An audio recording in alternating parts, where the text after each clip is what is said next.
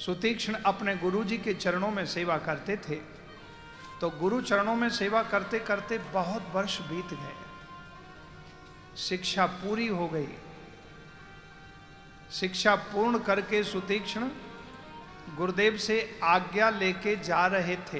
तो गुरुदेव के चरणों में प्रार्थना की, गुरुदेव मैं आपकी चरणों में क्या भेंट करूं, गुरु दक्षिणा में मैं क्या दूं। महर्षि अगस्त ने कहा कि पुत्र सुतीक्ष्ण, तुमने जो विद्या अध्ययन किया है वो अपने जीवन में उतारना, मेरी यही दक्षिणा है, मुझे कुछ नहीं चाहिए।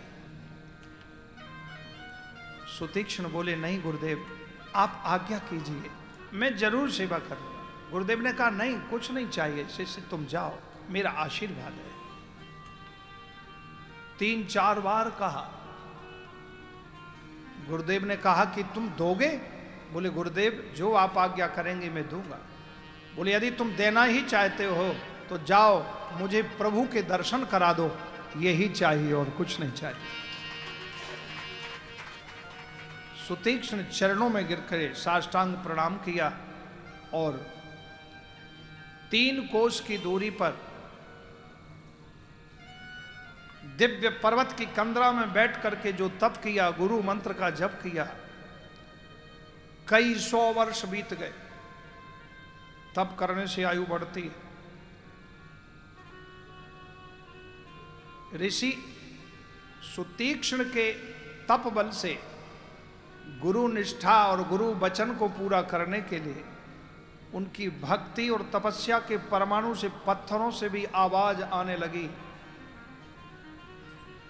श्री राम श्री राम श्री राम। लक्ष्मण जी आ रहे, भैया ये पाषाण पत्थर भी आपका स्वागत कर रहे हैं, आपका नाम ले रहे हैं,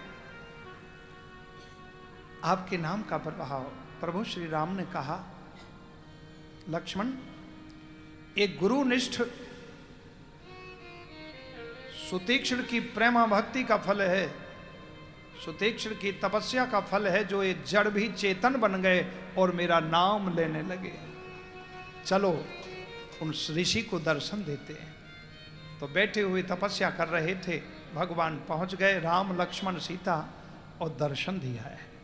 दर्शन दे करके कहा कि सुतीक्ष्ण नेत्र खोलो, मैं आ गया हूं। और जैसे सुतीक्ष्ण अपने हृदय में दर्शन कर रहे थे, वैसे ही साक्षात प्रभु श्री राम सामने खड़े दर्शन दे दिए।